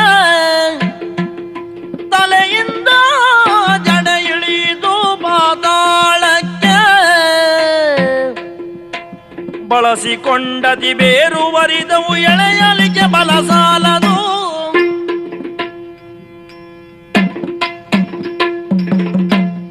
ಕಪಿವರನೇ, ಪೂಜ್ಯರೇ, ನಿನ್ನ ನಿಜವಾದ ಮನಸ್ಥಿತಿಯನ್ನು ತಿಳಿಯದೆ ವಾನರನೆಂದು ಸಂಬೋಧಿಸಿದೆ. ಅದು ತಪ್ಪು ಅಂತ ಈಗ ನನಗೂ ಮನವರಿಕೆ ಆಯಿತು. ಸ್ವಾಮಿ ಕಾರ್ಯದ ಮೇಲೆ ಇಷ್ಟೊಂದು ನಿಷ್ಠೆ ಹೊತ್ತು ಬಂದಿರುವಂತಹ ನಿನ್ನ ಕುರಿತು ನಿನ್ನ ಕಾರ್ಯಕ್ಕೆ ನಾನು ಸಹಾಯವನ್ನು ಮಾಡಲೇಬೇಕು. ಹೌದೇ? ಆದೀತು. ಲಂಕೆಯನ್ನು ರಾವಣನನ್ನು ಚೆನ್ನಾಗಿ ಬಲ್ಲವನು ನಾನು. ನಮ್ಮ ಮಗಳಾದಂತಹ ಗೋ ಎಂಬವಳು ಪುಲತ್ಸ್ಯ ಬ್ರಹ್ಮನ ಹೆಂಡತಿ. ಹಾ ಹಾ ಪುಲತ್ಸ್ಯ ಬ್ರಹ್ಮನ ಮಗ ಹಾ ವಿಶ್ರವಸು ಬ್ರಹ್ಮ. ಹಾ. ವಿಶ್ರವಸುವಿಗೆ ಈ ರಾವಣ ಮಗ. ಓ, ನಿಮಗೂ ಅವನಿಗೊಂದು ಸಂಬಂಧವೂ ಉಂಟು. ಹೌದು. ಹ್ಮ್ ಆದ್ದರಿಂದಲೇ ಚೆನ್ನಾಗಿ ಬಲ್ಲ ನಾನು ನಿನ್ನ ಕುರಿತಾಗಿ ಒಮ್ಮೆ ಭಯಪಟ್ಟೆ. ಹ್ಮ್. ಈಗ ಹಾಗಲ್ಲ, ಹ. ನಿನ್ನ ಆತ್ಮಸ್ಥೈರ್ಯವನ್ನು ಮೆಚ್ಚಿ ಆಡುತ್ತಾ ಇದ್ದೇನೆ. ಹ. ತೋರಿಸಬೇಕಂತ ನನಗೂ ಮನಸ್ಸಾಗ್ತದೆ. ಹ. ಆದ್ರೆ ಏನು ಮಾಡೋಣ ಹೇಳು? ಏನು? ಎಷ್ಟು ಕಾಲವಾಯಿತೋ ಎಷ್ಟು ಯುಗವಾಯಿತೋ ನನಗಂತೂ ಗೊತ್ತಿಲ್ಲ. ಹ್ಮ್. ಇಲ್ಲಿ ತಪಸ್ಸನ್ನು ಆಚರಿಸುತ್ತಾ ಇದ್ದೇವೆ. ಹ. ಅದರ ಪರಿಣಾಮವಾಗಿ ನಮ್ಮ ಏಕಾಗ್ರತೆಯ ಪ್ರತೀಕವೋ ಎಂಬಂತೆ ನೋಡಪ್ಪ, ನಮ್ಮ ಶಿರೋಭಾಗವನ್ನು ನೋಡು, ಮುಖವನ್ನು ನೋಡು. ತಲೆಯ ಜಡೆಯು ಮುಖದ ಗಡ್ಡವು ಇಳಿದು ಇಳಿದು ಇಳಿದು ಪಾತಾಳದಲ್ಲಿ ಬೇರು ಬಿಟ್ಟು ಬಿಟ್ಟಿದೆ. ಹಾ. ನಾನೀಗ ಲಂಕೆಯನ್ನು ತೋರಬೇಕಾದ್ರೆ ಹೇಳ್ಬೇಕಲ್ಲ, ಹೌದು. ಹೇಳ್ಲಿಕ್ಕಾಗುವುದಿಲ್ಲ. ಹಾ ಹ ಪಾತಾಳದಲ್ಲಿ ಬೇರು ಬಿಟ್ಟಿರುವಂತ ಈ ಗಡ್ಡವನ್ನು ಕೇಶವನ್ನು ಹ. ಎಳೆಯುವ ಶಕ್ತಿ ನನಗಿಲ್ಲ.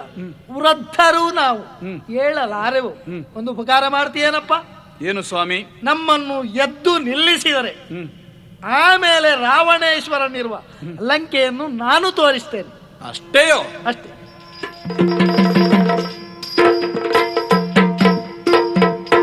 ಪೂಜ್ಯರೇ, ಹ ಸರಿ, ಈ ದೇಹ ಮಾತ್ರ ಇಲ್ಲಿರುವುದು ನಿಮ್ಮದ್ದು. ಹೌದು. ಲಕ್ಷ್ಯ ಭಗವಂತನಲ್ಲಿದೆ. ಅದು ಬೇರೆಲ್ಲಿಯೋ ಇರ್ತದೆ. ಬೇರೆಲ್ಲಿಯೋ ಅಂದ್ರೆ ಭಗವಂತನಲ್ಲಿ ಅಂತ ಅರ್ಥ. ಸರಿ.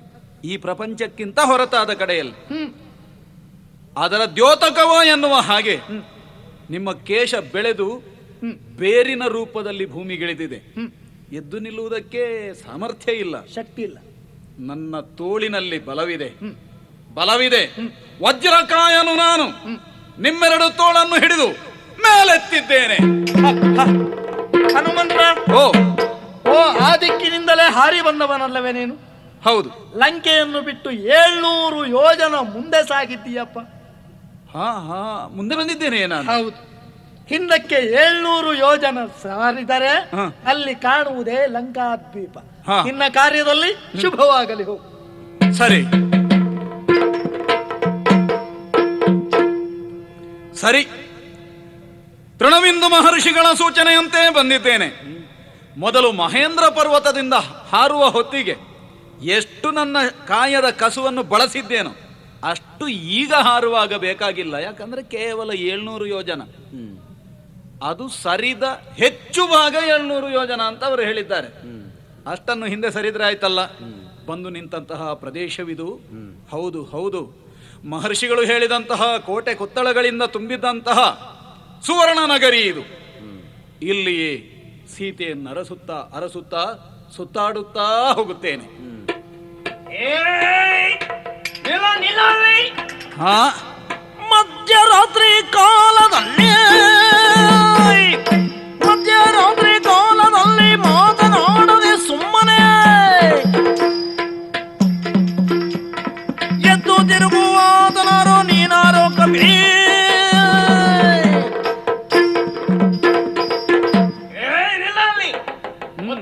ಇತ್ತಿಂದ ತಿರುಗಾಡ್ತಾ ಇದೆಯಲ್ಲ ನೀನು. ಹೇಳುವುದು ಕೇಳುವವರು ಯಾರು ಇಲ್ಲವೇನೋ ನಿನಗೆ? ಇಲ್ಲಿ ಇದ್ದವರು ವಿಚಾರಿಸುವುದಕ್ಕೆ ನಾನಿದ್ದೇನೆ. ಲಂಕೆಯನ್ನು ಕಾಯುವಂತಹ ಈ ಲಂಕೆಣಿ ಏನು? ಯಾಕೆ ಬಂದೆ, ಹಾಗೆ ಬಂದೆ, ಎಲ್ಲಿಂದ ಬಂದೆ ಹೇಳು ನನ್ನ ಮುಂದೆ.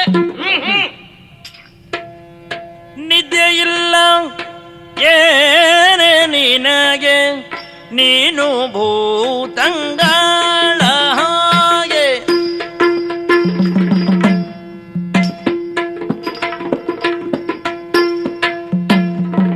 ನಿದ್ದೆ ಇಲ್ಲವೇನೆ ನಿನಗೆ, ನೀನು ಭೂತಂಗಳ ಹಾಗೆ.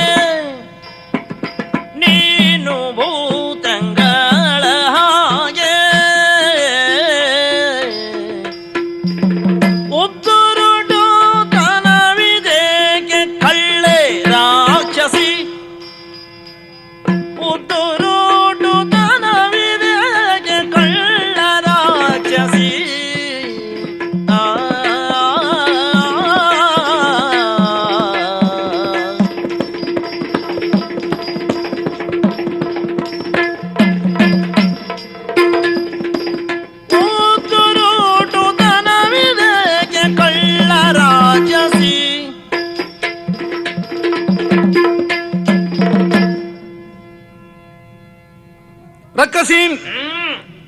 ನನ್ನ ಪಾಡಿಗೆ ನಾನು ನನ್ನ ಕಾರ್ಯನಿಮಿತ್ತವಾಗಿ ಹೊರಟವ. ಹ್ಮ್ ಈ ಲಂಕೆಯಲ್ಲಿ ಸುತ್ತುತ್ತಾ ಸುತ್ತುತ್ತಾ ಸುತ್ತುತ್ತಾ ಹೋಗುತ್ತಿರುವ ಆ, ಈ ರಾತ್ರಿಯ ಹೊತ್ತಿನಲ್ಲಿ ಹ್ಮ್ ನನ್ನ ಪಯಣಕ್ಕೆ ತಡೆ ಉಂಟು ಮಾಡಿ ಹಾ ಏಯ್ ಎನ್ನುವಲ್ಲಿಂದಲೇ ತೊಡಗಿ ಹೌದು ಮಾತನ್ನಾಡುತ್ತಾ ಇದ್ದಿ. ಆ ನಿನಗೇನು ನಿದ್ದೆ ಬರುವುದಿಲ್ವ? ಆ ಅಥವಾ ಜೀವನದಲ್ಲಿ ನಿದ್ದೆ ಮಾಡದವರ ವರ್ಗಕ್ಕೆ ಸೇರಿದವಳು? ಹ್ಮ್ ಹ್ಮ್ ಅಲ್ಲ, ಹೀಗೂ ತರ್ಕಿಸುವುದಕ್ಕೆ ನನಗೆ ಬರ್ತದೆ. ಹ್ಮ್ ಏನೋ ಕಳ್ಳತನ ಮಾಡ್ಲಿಕ್ಕಾಗಿ ಈ ಕಡೆಗೆ ಬರುವಾಗ ಆ, ಇನ್ನೊಬ್ಬ ಸಿಕ್ಕಿದ ಎನ್ನುವ ಕಾರಣಕ್ಕಾಗಿ ನನ್ನನ್ನು ತಡೆ ಮಾಡೋದ? ಏಯ್ ಯಾವನೋ ಒಬ್ಬ ಈ ಕಳ್ಳೆಯನ್ನು ಹಿಡೀಲಿಕ್ಕೆ ಬಂದ ಎನ್ನುವುದರಿಂದಲೇ ತಡೆ ಮಾಡೋದ ಎನ್ನುವ ಸಂದೇಹವು ಬಾಧಿಸ್ತದೆ. ಓಹೋ ಯಾರು ನೀನು?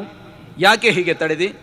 ಈ ಉದ್ದುರುಟುತನದ ಮಾತುಂಟಲ್ಲ, ಇದೆಲ್ಲ ಯಾಕೆ ನನ್ನಲ್ಲಿ? ಏನು ಭದ್ರವೆನ್ನ ಕಾವಲಲ್ಲಿ ಭದ್ರವೆನ್ನ ಕಾವಲಲ್ಲಿ ಲಂಕಿಣಿ ಎಂಬ ಹಾಗೆ ನಾನೇ ಏ ಕ್ಷುದ್ರ ಕಳ್ಳ ನೀನು ಕ್ಷುದ್ರ ಕಳ್ಳ ಕ್ಷುದ್ರ ಕಳ್ಳ ನನ್ನ ಕೈಗೆ ಸಿಕ್ಕಿದೆ ಎಲ್ಲ. ನನ್ನನ್ನೇ ವಿಚಾರಿಸುವುದಕ್ಕೆ ಮುಂದೆ ಹತ್ತಿದೆಯೋ ಏನು? ಹ್ಮ್ ಈ ಹಗಲು ಹಾ. ನಮಗೆ ರಾತ್ರಿ ಆಗಿರ್ತದೆ, ಹ್ಮ್ ರಾತ್ರಿ ನಮ್ಮ ಪಾಲಿಗೆ ಹಗಲಾಗಿರ್ತದೆ. ಓಹೋ ಆ ರೀತಿಯಲ್ಲಿ ಕರ್ತವ್ಯಕ್ಕೆ ಯಾವುದೇ ವಿಧವಾದಂತಹ ಚ್ಯುತಿಯೂ ಬಾರದ ರೀತಿಯಲ್ಲಿ ಹ್ಮ್ ಕರ್ತವ್ಯ ಪರಳಾಗಿದ್ದವಳು ನಾನು. ಓಹೋ ಈ ಲಂಕೆ ಇಲ್ಲಿ ಏನ್ ಕೆಲಸ ನಿನಗೆ? ಭದ್ರವಾದ ಕಾವಲನ್ನು ಇರಿಸಿಕೊಂಡವಳು. ಓ, ಲಂಕೆಗೆ ನೀನು ಕಾವಲುಗಾರ್ತಿ.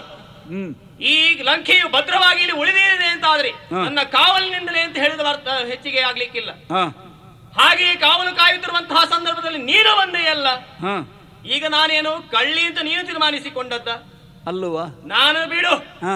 ಏ ಕಪಿಯೇ, ನೋಡುವುದಕ್ಕೆ ಹಾಗಿದ್ದೀ ನೀನು, ಹಾ. ಆದ್ರೆ ನಿನ್ನ ವ್ಯವಹಾರ ಮಾತ್ರ ಕಪಿಯ ಹಾಗಲ್ಲ, ಮತ್ತೆ ದೊಡ್ಡ ಕಳ್ಳನ ಹಾಗೆ ಕಾಣಿಸ್ತಾ ಇದೆ. ಏ ಕಳ್ಳ ನೀನೇ. ಯಾರು? ಕಳ್ಳನಲ್ಲ ಕಾಣೆ ನಾನು ಜಾಣೆ ರಾಕ್ಷಸಿ.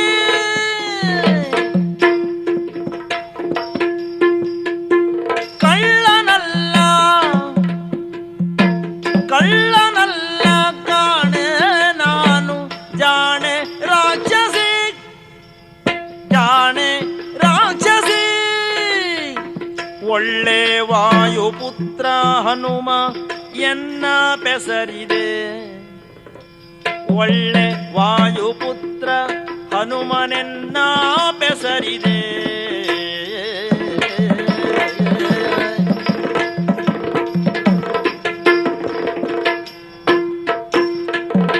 ಒಳ್ಳೆ ವಾಯುಪುತ್ರ ಹನುಮ ಎನ್ನ ಬೆಸರಿದೆ.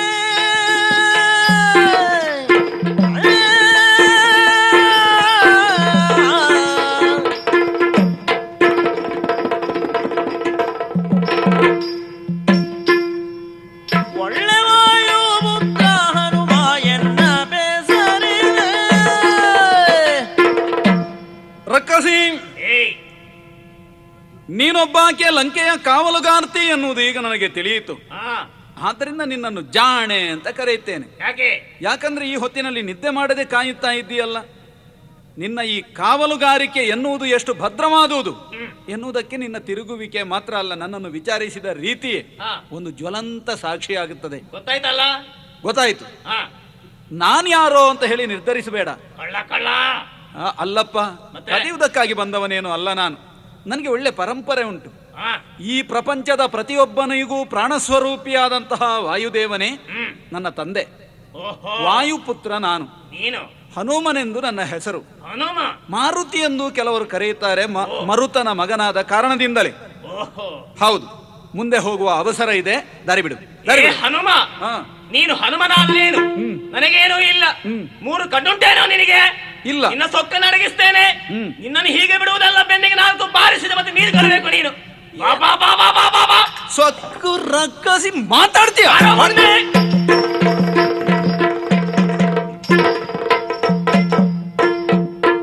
ಆ, ಹ? ನಿಲ್ಲು ಓ? ಹನುಮ. ಹ? ಆಶ್ಚರ್ಯವಾಗ್ತಾ ಇದೆಯೇ ನಿನಗೆ?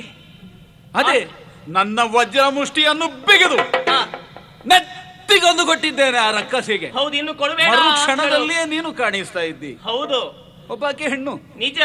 ಇದೇನಪ್ಪ, ಇದೇನು ರಕ್ಕಸರ ಮಾಯೆಯೋ ಇದು? ಮಾಯೆ ಅಲ್ಲ. ಮತ್ತೇನು? ಆಗ ನೀನು ಏನನ್ನು ನೋಡಿದ್ದಿ ಅದು ನಿಜವಲ್ಲ. ಈಗ ನೀನು ಏನನ್ನು ನೋಡ್ತಾ ಇದ್ದಿ ಇದು ನಿಜವಾಗಿದೆ. ಹ?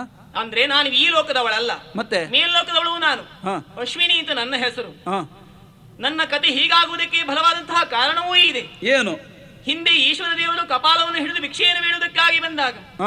ಈಶ್ವರ ದೇವರೇ ಅವರು ಅನ್ನೋದನ್ನು ಅರ್ಥವಿಸಿಕೊಳ್ಳದೆ ಹ್ಮ್. ಅಹಂಕಾರದಿಂದ ಆತನನ್ನು ಬಾಯಿಗೆ ಬಂದ ಹಾಗೆ ಜರದೆ. ಅಷ್ಟೇ ಅಲ್ಲ, ಕಲ್ಲು ಮಣ್ಣನ್ನು ತಂದು ಭಿಕ್ಷಾ ಪಾತ್ರಕ್ಕೆ ಹಾಕಿದೆ ನಾನು. ಹ.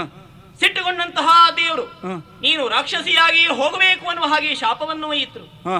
ಆಗ ಜ್ಞಾನೋದಯ ಆಯಿತು. ಹ. ಮುಂದೇನು ಅವರ ಕಾಲಿಗೆ ಬಿದ್ದು ಬೇಡಿಕೊಂಡೆ. ಹ್ಮ್. ಶಾಪ ವಿಮೋಚನೆಯ ದಾರಿಯನ್ನು ಅವರೇ ತಿಳಿಸಿದ್ರು. ಹ್ಮ್. ಸೀತಾಪಹರಣದ ನಂತರ ಅವಳನ್ನು ಹುಡುಕಿಕೊಂಡು ಹನುಮಂತನು ಅಲ್ಲಿಗೆ ಬರ್ತಾನೆ. ಹ. ಅವನಿಂದ ನಿನ್ನ ಶಾಪ ವಿಮೋಚನೆಯಾಗ್ತದೆ ಅಂತ. ಹ. ಆ ಕಾಲದ ನಿರೀಕ್ಷೆಯಲ್ಲಿ ನಾನಿದ್ದೆ. ಆ ಕಾಲ ಸನ್ನಿಹಿತವಾಯಿತು, ನಿನ್ನಿಂದ ಶಾಪ ವಿಮೋಚನೆಯೂ ಆಯಿತು. ಹ್ಮ್. ಹನುಮ, ಓ. ನನ್ನ ಕತೆ ಇದು. ಆಶೀರ್ವದಿಸ್ತಾ ಇದ್ದೇನೆ. ನೀನು ಹಿಡಿದಂತಹ ಕಾಲದಲ್ಲಿ ಜಯವನ್ನು ಸಾಧಿಸು ಅನ್ನುವ ಹಾಗೆ. ಶುಭವಾಗಲಿ ನಿನಗೆ, ಶುಭವಾಗಲಿ. ಹಲವು ಬರಿಯಲಿ ಕಾದಿದಣಿದು, ಹಲವು ಬರಿಯಲಿ ಕಾದಿದಣಿದು, ಲಂಕಾ ಲಕ್ಷ್ಮಿ ತೊಲಗಿದಳು.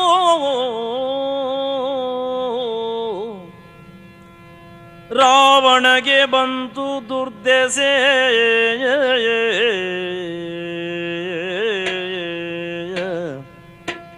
ರಾವಣಗೆ ಬಂತು ದುರ್ದೆಸೆ ಎನ್ನುತ್ತ ಮಾರುತಿ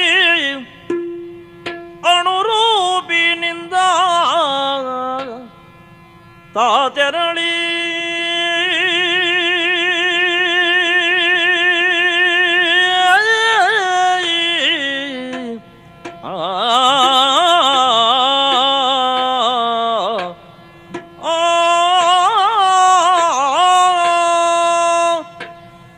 ಎಂತಹ ವಿಚಿತ್ರವನ್ನು ನಾನು ಕಾಣುತ್ತಿದ್ದೇನೆ. ಇಂದು ನಾನು ಬಂದದ್ದು, ನಾನು ಇವತ್ತು ಬರ್ತೇನೆ ಎನ್ನುವಂತಹ ವಿಷಯ ಎಷ್ಟೋ ಸಂವತ್ಸರಗಳ ಹಿಂದೆ ಈಶ್ವರ ದೇವರಿಗೆ ಗೊತ್ತಿತ್ತಂತೆ. ಶಪಿಸಿದ ಅವರೇ ವಿಶಾಪವನ್ನೀಯುವ ಹೊತ್ತಿಗೆ ಹನುಮ ಬಂದಾಗ ಹೀಗಾಗಲಿ ಅಂತ ಹೇಳಿಬಿಟ್ಟಿದ್ದಾರೆ. ಇದು ಒಂದು ಆಶ್ಚರ್ಯ. ಮೇಲಾಗಿ ಲಂಕೆಯ ಸಂಪತ್ತಿನ ಸಂರಕ್ಷಕಿಯಾಗಿದ್ದವಳು ಇವಳು. ಇವಳನ್ನೇ ಹೊಡೆದು ಬಡಿದು ನಾಶ ಮಾಡಿದೆ ನಾನು ಅಂತ ಹೇಳಿದರೆ, ಇಲ್ಲಿ ಇಷ್ಟರವರೆಗೆ ಭದ್ರವಾಗಿದ್ದಂತಹ ಸಂಪತ್ತು ಎನ್ನುವ ಲಕ್ಷ್ಮಿಗೆ ಇಲ್ಲಿಂದ ಹೊರಟು ಹೋಗುವುದಕ್ಕೆ ಒಂದು ದಾರಿ ಮಾಡಿಕೊಟ್ಟ ಹಾಗಾಯಿತು. ಆದರೆ ಇಲ್ಲಿಗೆ ನಿಲ್ಲುವುದಲ್ಲ, ಸ್ವಾಮಿ ಕಾರ್ಯ ನಿಮಿತ್ತವಾಗಿ ಬಂದವ ನಾನು. ಈ ರೂಪದಿಂದ ನಾನು ಸಂಚರಿಸಿದರೆ ಇನ್ನೆಷ್ಟೋ ಕಾವಲುಗಾರರು ಇದಿರಾದರು, ಅದಕ್ಕೆ ಅವಕಾಶ ಕೊಡಕೂಡದು. ಅದಕ್ಕಾಗಿ ಅಣುರೂಪವನ್ನು ತಳೆದು ಆದಷ್ಟು ಬೇಗನೆ ಲಂಕೆಯ ಮೂಲೆ ಮೂಲೆಯನ್ನು ಶೋಧಿಸುತ್ತಾ ಮುಂದೆ ಹೋಗುತ್ತೇನೆ.